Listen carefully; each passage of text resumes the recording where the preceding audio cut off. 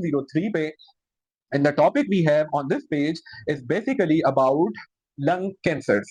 Lung cancers को हम इसी तरह पढ़ेंगे जैसे हमने नमूनिया को पढ़ा। पहले हम जनरली उनकी बात करेंगे, फिर हर टाइप में आपको चार चार चीजें मैं याद करवाऊंगा। अगर आपने वो चार चीजें याद कर ली, आई गारंटी आपका कोई भी सीक्यू गलत नहीं हो सकता।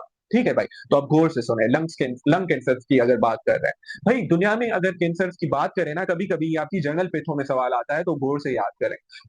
दुनिया में मोस्ट कॉमन जो टॉप 3 कैंसर्स आते हैं ना मदर, वो दो तरह से होता है। एक इंसिडेंस यानी हो कितने रहे, और एक होता है मोर्टेलिटी यानी डेथ्स कैंसर कितनी करा रहा है। तो अगर हम इंसिडेंस की बात करें तो हमारे पास टॉप 3 कैंसर में पता है कौन से आते हैं। सबसे पहले पे आता है ब्रेस्ट और प्रोस्टेट कैंसर, दूसरे पे आता है लंग कैंसर, तीसरे पे आता है कोलोन कैंसर। दुनिया में वर्ल्ड वाइड इंसिडेंस की और मोर्टेलिटी की बात करा रहा हूं, डेथ सबसे ज्यादा कौन सा कराता है, लंग्स को ऊपर कर दिया। Most common cause death cause by any cancer is lung cancer. दूसरे पे कौन सा है, ब्रेस्ट एंड प्रोस्टेट। तीसरे पे कौन सा है, कोलोन कैंसर। समझ आ गई, बस वो सिर्फ एक चेंज हो रही है। ये डेमोग्राफिक्स है after removing skin cancer which is the most common cause of cancer our आज। सबसे पहले पे कौन सा है, स्किन है, उसको हटा रहे हैं डेमोग्राफिक में से। क्यों? क्योंकि उससे इतनी डेथ्स नहीं होती है। सही है, तो हमने क्या सीखा, lung cancer is the most common cause of mortality world wide. सोचो कितना इंपॉर्टेंट है। अब हम बात करते हैं दो तरह की।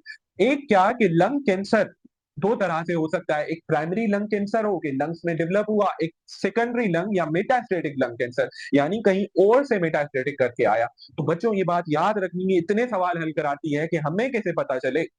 मैं एक एग्जांपल दे रहा हूं भाई, हमें कैसे पता चले। हमने एक सीटी की है पेशेंट की, एक हमें मास मिला है या एक कैंसरस चीजें मिली हैं, हमें कैसे पता चले सिर्फ सिर्फ देख के कि ये लंग का प्राइमरी ट्यूमर है या कहीं और से लंग्स में मेटास्टेसिस करके आया है। मदर, ये सब पे अप्लाई होता है, ब्रेन में भी अप्लाई होता है, लिवर में भी अप्लाई होता है ये रूल, और लंग्स में भी होता है। तो याद रखना है, अगर आपको लिवर में, ब्रेन में, लंग्स में सीटी स्कैन पे आपको एक ही मास मिल रहा है जो कि बड़ा है, और भले वो जिस तरह का भी हो, एक लीजन मिल रहा है ना, तो most likely that is primary tumour की वहीं पे डेवलप हुआ है, कहीं और से मेटास्टेसिस नहीं करके आया।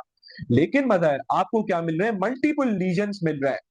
तो दैट इज, शाबाश doctor Savera, that is what these are the metastatic. Liver में भी ऐसे ही होता है, ज्यादातर कोलॉन से आते हैं। तो क्या होंगे, लिवर के मल्टीपल लीजन्स होंगे। हम क्या समझेंगे कि ये लिवर का खुद का ट्यूमर नहीं है, कहीं और से आया है। तो यहां से हम अब पढ़ेंगे कि लंग्स के अंदर मोस्ट कॉमनली मेटास्टेसिस कौन से ट्यूमर्स करके आते हैं। देट आर मदर, जो टॉप 3 में आते थे, ब्रेस्ट, कोलॉन और प्रोस्टेट। मोस्ट कॉमनली लंग्स में यही आते हैं। तो एक लीजन होगा, मल्टीपल होंगे, मल्टीपल लीजन होंगे। और दूसरा हमें ये समझना है कि किसी को लंग कैंसर है तो वो कहाँ मेटास्टेसाइज कर सकता है, तो वो जाता है ब्रेन में, बोन में और एड्रिनल ग्लैंड में। ये बात याद रखनी है, भले ये याद ना हो, इतनी ज्यादा इंपॉर्टेंट नहीं है, लेकिन देखो ब्रेन और एड्रिनल ग्लैंड थोड़ा अनोखा हो गया ना कि लंग्स का ट्यूमर यहाँ मेटास्टेसाइज करके जाता है। ये समझ आ गई। अब लंग कैंसर का पेशेंट सिम्टम कौन से लेके आता है आपके पास, तो भाई वो वाइड वैरायटी ऑफ सिम्टम्स हैं। Cough, dyspnoea, chest pain, blood in sputum, ये सारे सिम्टम्स लेके आ सकता है एक लंग कैंसर का पेशेंट। स्पेसिफिकली इससे भी ज्यादा मोर स्पेसिफिक क्या लेके आता है, वेट लॉस की history along with he will have a chronic history of what, smoking. साथ में इसकी टेस्ट हम क्या कराते हैं, जब हम रन करते हैं तो वी सी, हम सबसे पहले क्या कराते हैं ऐसे पेशेंट्स का, चेस्ट एक्सरे, देन हम अगर हमें मास नजर आता है तो सीटी, एंड अल्टीमेटली हम पेट स्कैन कराते हैं और बायोप्सी लेते हैं उस लीजन की। समझ आ गई ये बात। अब what are the risk factors of the lung cancer. सबसे पहले द मोस्ट, सबसे बड़ा रिस्क फैक्टर क्या है, स्मोकिंग है मदर। दूसरा क्या है, सेकंड ऑन स्मोकिंग, मतलब मदर सिगरेट पी रहा है, मैं रोज उसके साथ बैठता हूँ। तीसरा रेडोन एक्सपोजर। आपके यहाँ एक सवाल आता है कि ये रेडोन एक्सपोजर होता क्या, कहाँ पर है। ये जो लोग अंडरग्राउंड एरियाज में ज्यादा टाइम गुजारते हैं ना, वहां पे रेडोन होता है उस एयर में। समझ गए ये बात। तो रेडोन एक्सपोजर। चौथा क्या हमने पढ़ा था, एस्बेस्टोसिस, रेस्ट्रिक्टिव लंग डिजीजेस में जो हमने पढ़ा था, they also carry increase risk of what, lung cancers. और कॉम्प्लिकेशन क्या हो सकते हैं लंग कैंसर के, तो there is wide variety of complications, जिसमें superior vena cava syndrome, Pancoast tumour, यहाँ पे हॉर्नर सिंड्रोम करा सकती है, बहुत सारे, वो हम एक एक डिस्कस करने वाले अगले पेज पे उसके कॉम्प्लिकेशंस है। तो जनरली आपको समझ आ गया कि लंग कैंसर क्या है, कितना बर्डन है उसका, कैसे डायग्नोज करते हैं, किस तरह के सिम्टम्स के साथ आता है, क्या रिस्क फैक्टर्स हैं और क्या कॉम्प्लिकेशंस हैं। जब ये समझ आ गया तो now we are moving towards the type of the lung cancers, और ये आपके पास एक ऑस्टी स्टेशन में भी आता है। अब what are the types of the lung cancers, उसको समझने से पहले मैं सिर्फ एक चीज बता दूं आप लोगों को, that is what, that is कि लंग्स के अंदर कौन कौन से सेल्स होते हैं मदर।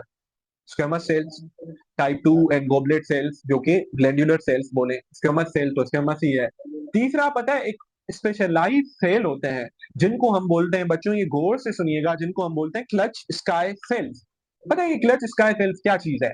ये बेसिकली न्यूरोनल सेल्स होते हैं, इनको हम न्यूरो एंडोक्राइन सेल्स बोलते हैं। और ये कहाँ पे होते हैं? ब्रोंकस और ब्रोंक्यूल्स में बीच बीच में ऐसे थोड़े थोड़े होते हैं। पता है इनका काम क्या है? ये है क्या, देखो, न्यूरो एंडोक्राइन ओरिजन, यानी न्यूरोनल सेल्स और एंडोक्राइन सेल दोनों की इनके पास प्रॉपर्टी है। कैसे? इनका काम सुनिएगा। पता है ये क्या करते हैं मदर लंग्स के अंदर? ये इनके यहाँ सेंसर होता है, ये कार्बन डाइऑक्साइड ऑक्सीजन को सेंस करते हैं लेवल्स को, और पता है उसके थ्रू ये क्या करते हैं? सेरोटोनिन सीक्रेट करते हैं, vaso bronchodilation, bronchoconstriction करा रहे होते हैं। ये कौन से? Kulchitsky cells which are neuroendocrine sales.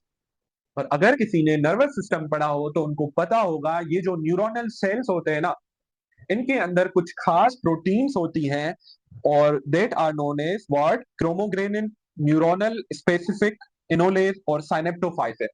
Neuronal sales में ना ये तीन तरह के जरूर प्रोटीन्स होती है। कौन कौन सी? Chromogranin, synaptophysin and enolase, neuron specific enolase. Sir ये हमें क्या नर्वस सिस्टम आप पढ़ा रहे हैं, क्या हो गया आपको? तो बेटा देखें, there are majorly two type of the lung cancers, एक small cell carcinoma of the lung, दूसरी आती है variety non small cell carcinoma of the lung. दो मेजर। मोर कॉमन कौन सी है इसमें से? नॉन स्मॉल सेल, वो हम बाद में डिस्कस करते हैं। अभी हमने केएमसी पढ़ी small cell carcinoma of the lung, सही है।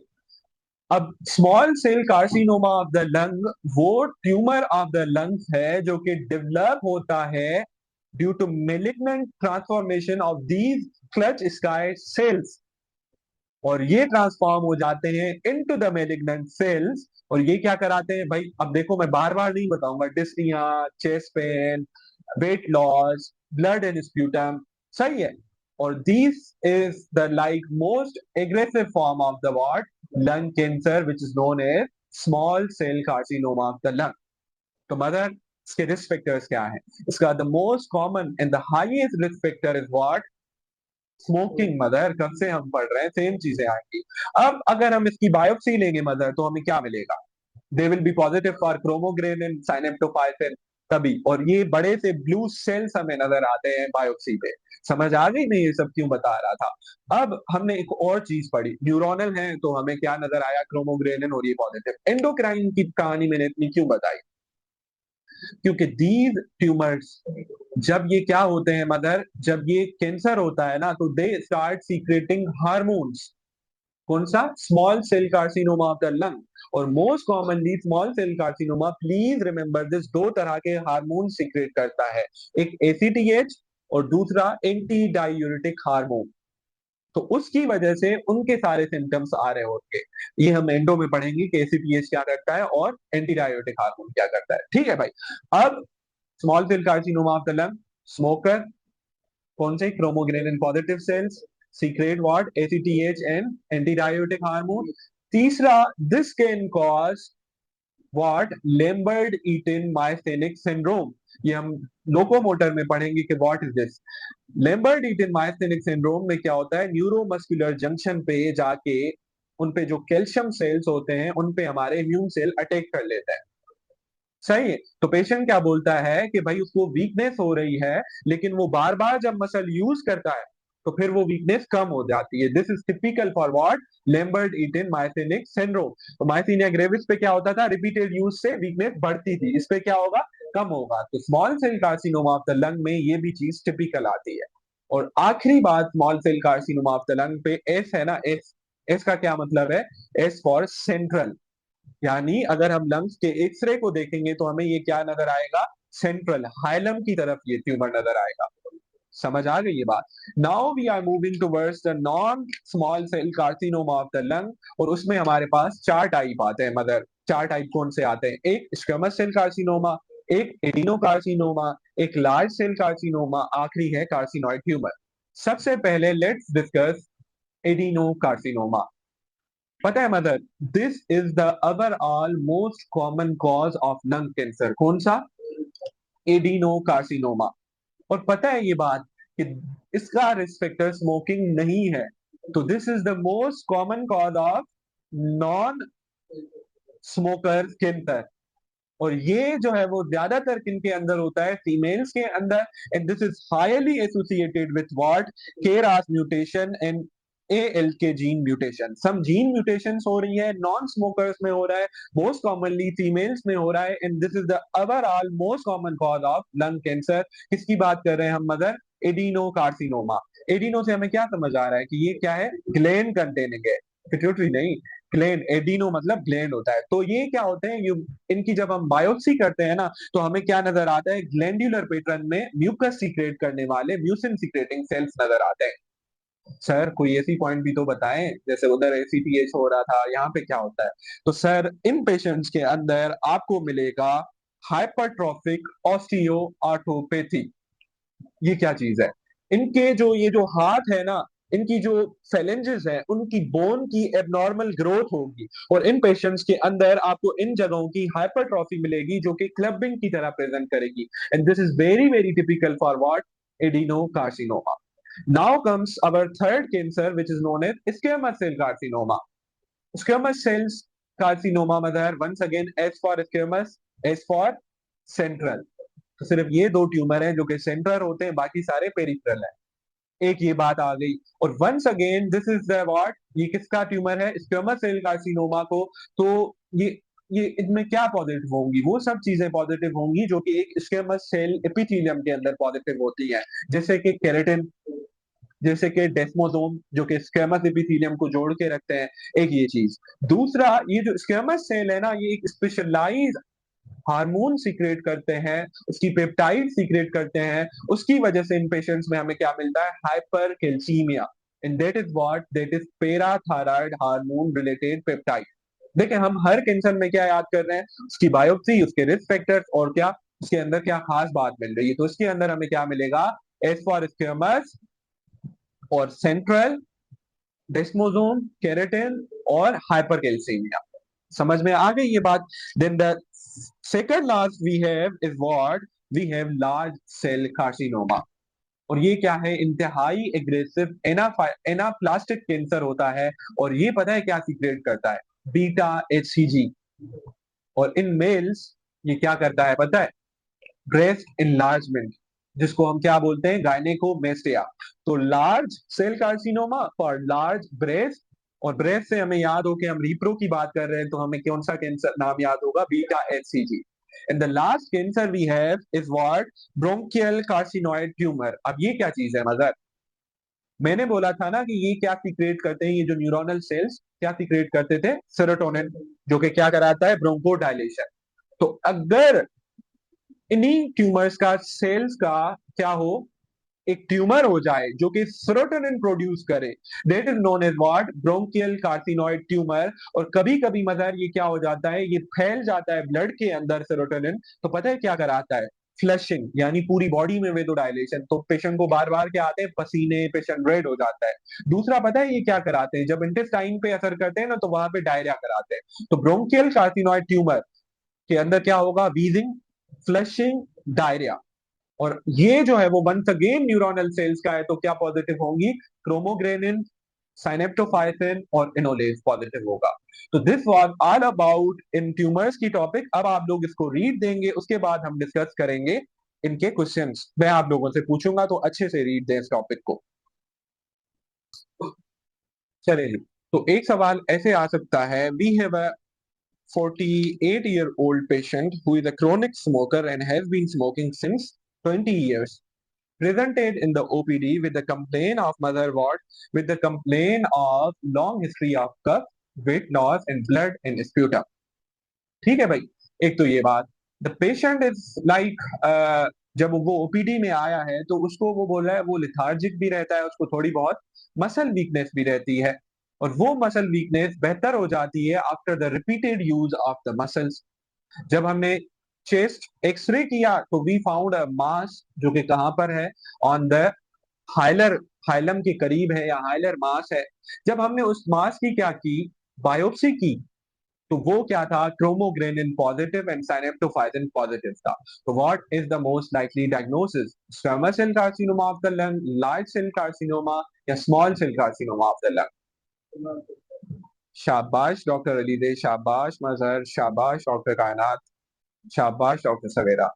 तो देखिए सबको आता है ना, this was the what all the features of the small cell carcinoma, कि क्या हो रहा है उसको, लेबर डिटेन माइस्थेनिक सिंड्रोम, वो जो weakness. It can also present is hyponatraemia, क्यों, क्योंकि एंटी डायबिटिक हार्मोन बढ़ा, वो पानी की रीअब्सॉर्प्शन बढ़ेगी तो sodium come. It can also present is increase ACTH, ACTH बढ़ता है तो क्या कराता है, क्या करती है, कशिंग सिंड्रोम। कशिंग सिंड्रोम के अंदर क्या होता है, हाइपरग्लाइसीमिया, हाइपरटेंशन, सेंट्रल ओबेसिटी वगैरह होती है पेशेंट के अंदर। चले, we have another case who is a 45-year-old female presented in the OPD with a chronic history of cough. Recently, she has lost around 6 kg in last 6 months, or along with that, now her sputum contains blood. जब आपने chest x ray किया है तो आप क्या देख रहे हैं, पेरिफेरल लंग मास देख रहे हैं, और जब आपने बायोप्सी की है तो वो क्या है, ग्लैंडुलर लग रही है, और उसमें जो है वो म्यूसिन फिल्ड मटीरियल है। तो what is the most likely diagnosis, adenocarcinoma, large cell squamous cell या स्मॉल सेल कार्सिनोमा? शाबाश डॉक्टर मदर, सबको शाबाश। आई एम वेरी हैप्पी कि आप सब लोग जवाब दे रहे हैं। This is a typical case of what, adenocarcinoma. ये ऐसे भी आ सकता है कि most common type of lung cancer is once again adenocarcinoma. और इसके अलावा स्क्वेमस सेल कार्सिनोमा कैसे आ सकता है, a patient with a chronic history, same वही लंग वाले symptoms, along with history of chronic constipation, kidney stone, and you are seeing the calcium levels to be 8 around 13 mg per deciliter।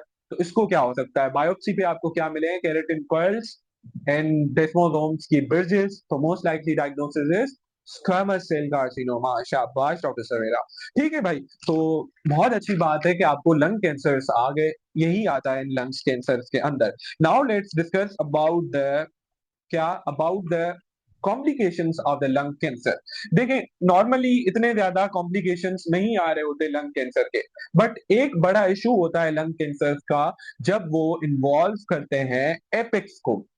Apex मतलब apex of the lung, यानी ये वाली जगह या ये वाली जगह। मतलब क्यों इतना जरूरी है, मतलब इस जगह को ओवरऑल, ये जो नेक के करीब है, क्यों, क्योंकि we have all the important vessels, all the like brachial plexuses, ये जो यहाँ पे सिंपैथेटिक चेन होती है जो कि फेस को वो सप्लाई दे रही होती है, वो सब कहाँ पे होती है, यहाँ पे होती है। तो कोई भी लंग का ट्यूमर मदर कोई भी हो सकता है जो कि किसको इन्वॉल्व करे, एपेक्स ऑफ द लंग को इन्वॉल्व करे, और वहां पे इंपॉर्टेंट स्ट्रक्चर्स को कंप्रेस करे, और पेशेंट जाहिर सी बात है वो सिम्टम्स आएंगे। तो that tumour is known as what, Pancoast tumour. वो कोई भी लंग का ट्यूमर हो सकता है। जैसे हमने एक क्या पढ़ा था, मीजोथीलियोमा हो सकता है, एडिनोकार्सिनोमा हो सकता है, लार्ज सेल कार्सिनोमा होता है। लेकिन पता है मोस्ट कॉमन ट्यूमर कौन सा कराता है, जो ये पेनकॉस ट्यूमर है, that is what, non cell, non small cell carcinoma of the lungs, वो वाले सारे। स्मॉल सेल कार्सिनोमा नहीं कराता क्योंकि वो सेंट्रल होता है, स्क्वेमस नहीं कराता क्योंकि वो सेंट्रल होता है। अब पेनकॉस ट्यूमर क्या है, with the help of diagram हम समझेंगे। ये मुझे बताएं, दिस इज द हाइपरट्रॉफिक ऑस्टियोआर्थोपैथी। आप बाद में देख लेना, ठीक है, यहाँ ज्वाइन कर ले मीटिंग। ये किस कैंसर में होती थी स्टूडेंट्स, अभी हमने पढ़ी थी। चले, ये उस कैंसर में होती थी जो नॉन स्मोकर में होता है और फीमेल में होता है। अब बताएं, this happens in adenocarcinoma of the lungs, ठीक है, याद रखना है ये आपने। देन वी हैव दिस, इसको देख के क्या नजर आ रहा है, these are the large blue cells. तो ये स्मॉल सेल कार्सिनोमा का है, ये जो है वो ग्लैंडुलर सेल्स है। तो बी वाला किसका है, this is what, mucin stain हो रहे हैं, इनमें म्यूकस होता है। तो ये किसका था, एडिनोकार्सिनोमा का। ये क्या है, ये केराटिन पर्ल्स हैं डी के अंदर।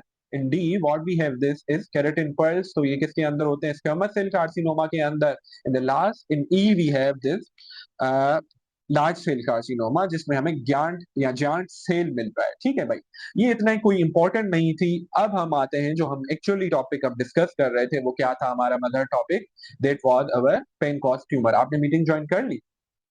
ठीक है, अब देखें पेनकॉस ट्यूमर क्या चीज है। भाई वो ट्यूमर ऑफ द लंग्स जो कि कहां पे हो रहा है मदर, वो ट्यूमर ऑफ द लंग्स जो कि कहां पे हो रहा है, एपिक ऑफ द लंग्स में हो रहा है, that is known as what, Pancoast tumour. वो कोई भी हो सकता है। ये देखिए ये पूरा क्या है, ये हमारा ट्यूमर है। और ये किसको इन्वॉल्व करता है, इस ब्रेकियल प्लेक्सिस के C8T1 को। यहाँ पे सर्वाइकल गेंग्लियन होता है, ये सबक्लेवियन वेसल है, यहाँ पे रिकरेंट लेरेंजियल नर्व होती है, ये रिब्स को प्रेस कर सकता है। तो जिस चीज को ये कंप्रेस करेगा उस चीज के सिम्टम लाएगा, फ्रेनिक नर्व को, वेगस नर्व को, सिंपैथेटिक फ्रंट को, जिसको ये कंप्रेस करेगा उसके सिम्टम्स लाएगा। That is known as what, that is known as a Pancoast tumour. अब ये किस तरह के सिम्टम्स ला सकता है, अब आप लोग बताएंगे। अगर ये सिंपैथेटिक चेन को कंप्रेस करेगा तो वो किसको सप्लाई करती है, उस साइड का हॉर्नर सिंड्रोम होगा। अभी आपने नहीं पढ़ा, what does Horner syndrome cause, ptosis, anhidrosis, और क्या इसके अलावा तीसरी क्या चीज होती है, मेरे ख्याल से anhidrosis, ptosis, and the third thing in Horner syndrome we have miosis. सही है। इसके अलावा अगर ये कंप्रेस करेगा किसको, रिकरेंट लेरेंजियल नर्व को, तो हॉर्सनेस ऑफ वॉइस होगी, कफ रिफ्लेक्स इतना अच्छा नहीं होगा। अगर ये कंप्रेस करेगा किसको मदर, अगर ये कंप्रेस करेगा, और मोस्ट कॉमनली जो ये कंप्रेस करता है वो ब्रेकियल प्लेक्सस को करता है, उसकी भी कौन सी याद करना है ये वर्ड, C8T1। तो पता है वो पेशेंट प्रेजेंट कैसे करते हैं पेनकॉस वाले, with the pain in the arm, वो भी कौन सी, ये मीडियल साइड वाली arm, along with intrinsic muscles of the hand की एट्रोफी, मसल के हैंड की एट्रोफी यानी weakness of the hand muscle, along with pain in this medial arm. ये बात समझ आ गई क्या, कि पेनकॉस ट्यूमर जब कंप्रेस करता है ब्रेकियल प्लेक्सस को तो मीडियल आर्म में पेन, और दूसरा intrinsic muscles of the hands की क्या होती है, एट्रोफी हो जाती है और वीकनेस हो जाती है। अगर वो कंप्रेस करे किसको, फ्रेनिक नर्व को, तो डायाफ्राम की उस साइड की पैरालिसिस हो जाएगी। अगर वो कंप्रेस करे सुपीरियर वेना केवा को, सोचे ये सुपीरियर वेना केवा को कंप्रेस कर रहा है, वो कहां से ब्लड सप्लाई लेके जाती है, पूरे हेड से, नेक से, अपर आर्म से, तो वो पूरी रुक जाएगी। And that will lead to the swelling in the face, in the neck, into the upper arms, conjunctival injection होगा। आप देखेंगे नेक की वीन्स बहुत डायलेटेड नजर आएंगी, और पेशेंट को अगर हमने ट्रीट ना किया, अल्टीमेटली देखें ब्रेन में पूरा ब्लड जमा हो जाएगा, और increase intracranial pressure, that can lead to what, herniation of brain and death, अगर हमने उसको ट्रीट नहीं किया। This once again is a complication of what, complication of this Pancoast tumour. और जब ये सुपीरियर वेना केवा को कंप्रेस करे और ये सिम्टम्स लाए, तो इसको हम क्या बोलते हैं, सुपीरियर वेना केवा सिंड्रोम। समझ आ गई ये बात। और ये मेडिकल इमरजेंसी होती है, हमें जल्दी से क्या करना होता है, इसको ट्रीट करना होता है। And that was all about this topic.